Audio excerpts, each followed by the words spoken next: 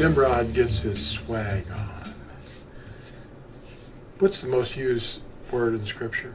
I did a video on this before, but this keeps coming up constantly from other teachers, and they can't seem to get the name in context because they keep talking about fairly recent documents to prove what they believe.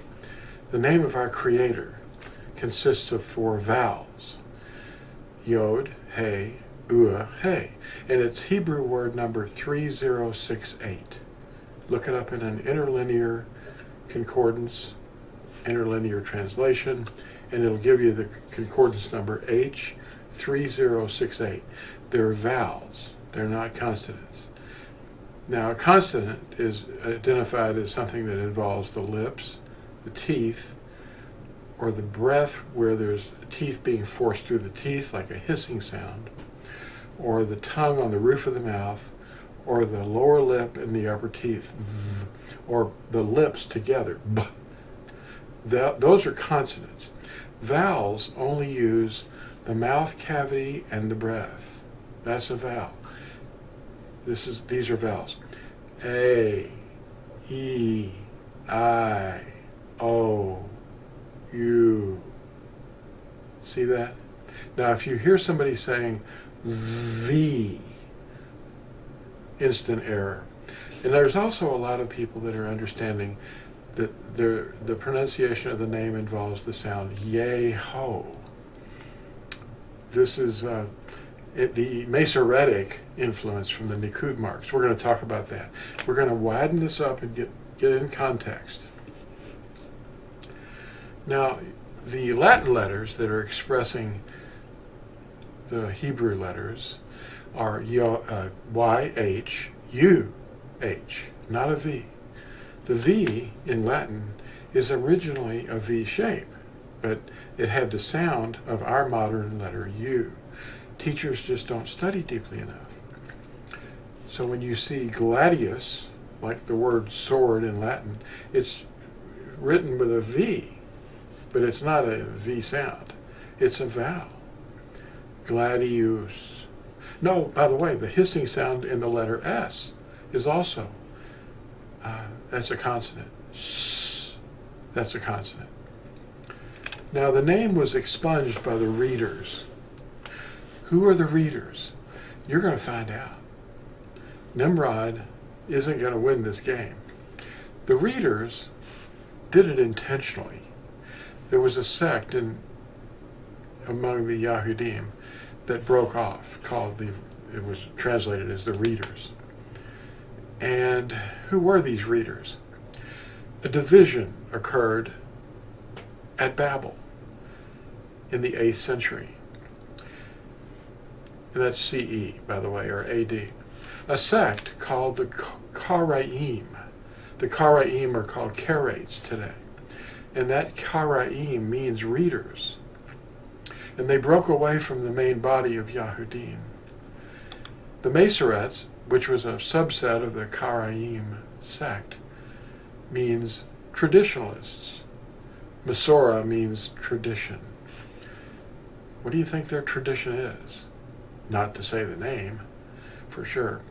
Anyway, these Masoretes, a subset of the readers, invented marks in the 8th century to divert the phonetic sound using additional vowels. These linguistic speech guides are referred to as Nikud marks, placed among the letters of a word. Their purpose was to signal the reader to say another word, Aduni, meaning Lord. Aduni means Lord, but so does B-A-A-L or B-E-L. The name was being attacked by the people that spoke the language. Now the script that they used is Aramaic. That's the script of Yisrael's captors at Babel, and it's falsely called Hebrew. Aramaic is another word for referring to that script. Some teach the sound of a V, which is a consonant in the name, and they pick that up from Jehovah, Yehovah, Now, that has several problems with it. First of all, there's no J, and even if you change it to Yehovah and make it a Y, like they did in some of the translations, concordances, it doesn't fix the vowels that were influencing our speech by the Masoretes. The sound V is a consonant involving the lower lip and the upper teeth. Practice saying it. V. There's a lip and an upper teeth thing going on. That's a consonant. It's not a vowel. That's not in his name, the letter. The correct phonology or sound of the four vowels of Yehovah is YHUH, producing the sound Yehovah, Yahuwah. There's no consonants. Not Jehovah or Yehovah. It doesn't work. And this is due to the continued abuse of people's minds by the Nukud marks. You could just throw them away. They were an invention of the 8th century. So if you're looking at the script of the captors, Aramaic, and the vowel marks that you see underneath them, none of this vowel mark stuff or business was in the Dead Sea Scrolls. There's nothing like that in there. They didn't need assistance to learn how to divert or add vowels. The four letters of the name are vowels. In the Greek, took the name Yehovah into the letters I-A-O-U-E. I-U-O-U-E. Those are all vowels too. Yahuwah. And that's the way you say it in the Greek. Clement of Alexandria actually did write the Greek phonology, the actual transliteration, the sound of the word in Greek.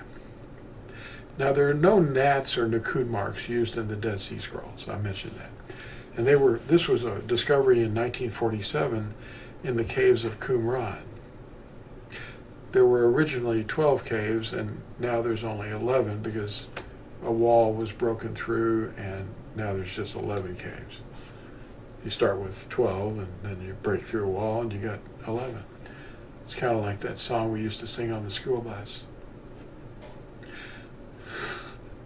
They appeared in the 8th century at Babel, invented by the Qaraim. Qaraim means readers. They were a sect that broke away. Thanks for watching this short video, and we'll see you in the next exciting video.